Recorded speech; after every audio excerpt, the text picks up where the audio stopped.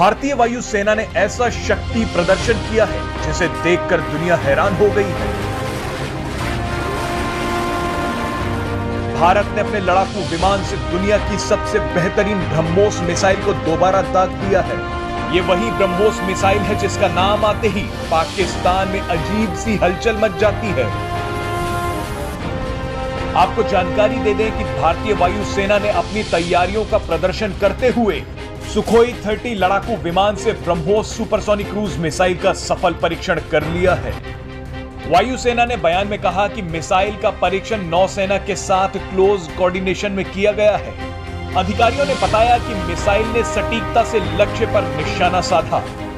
इस मिसाइल का परीक्षण भारत के पूर्वी समुद्री तट पर किया गया। आपको जानकारी दे दें कि कुछ ही दिन पहले खबर आई थी कि भारतीय वायुसेना ब्रह्मोस क्रूज मिसाइल का अपग्रेडेड वर्जन तैयार कर रही है। इसकी रेंज 800 किलोमीटर होगी, यानी हमारे लड़ाकू विमान हवा में रहते हुए दुश्मन के ठिकानों को इतनी दूर से ही ध्वस्त कर सकते हैं। हो सकता है कि यह परीक्षण इसी संबंध में हो, लेकिन वायुसेना और सरकार की तरफ से इस बात की जानकारी नहीं दी गई है। ब्रह्मोस मिसाइलों के अलग अलग वर्जन का परीक्षण समय समय पर किया जा रहा है।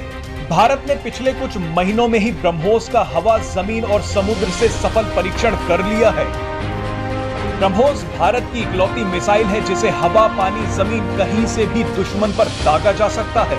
आपको जानकारी दे दें कि इस क्षमता को ट्रायड कहा जाता है। इससे पहले ट्रायड की क्षमता सिर्फ अमेरिका, रूस और कुछ हद तक फ्रांस के पास मौजूद थी, लेकिन अब यह खतरनाक क्षमता भारत के पास भी है। ऐसा भी कहा जाता है कि ब्रह्मोस जैसी क्षमता वाली मिसाइल भारत के पड़ोसी देश चीन और पाकिस्तान के पास भी नहीं है। आने वाले समय में ब्रह्मोस मिसाइलों को मिग, तेजस और राफेल जैसे लड़ाकू विमानों में तैनात करने की भी योजना है।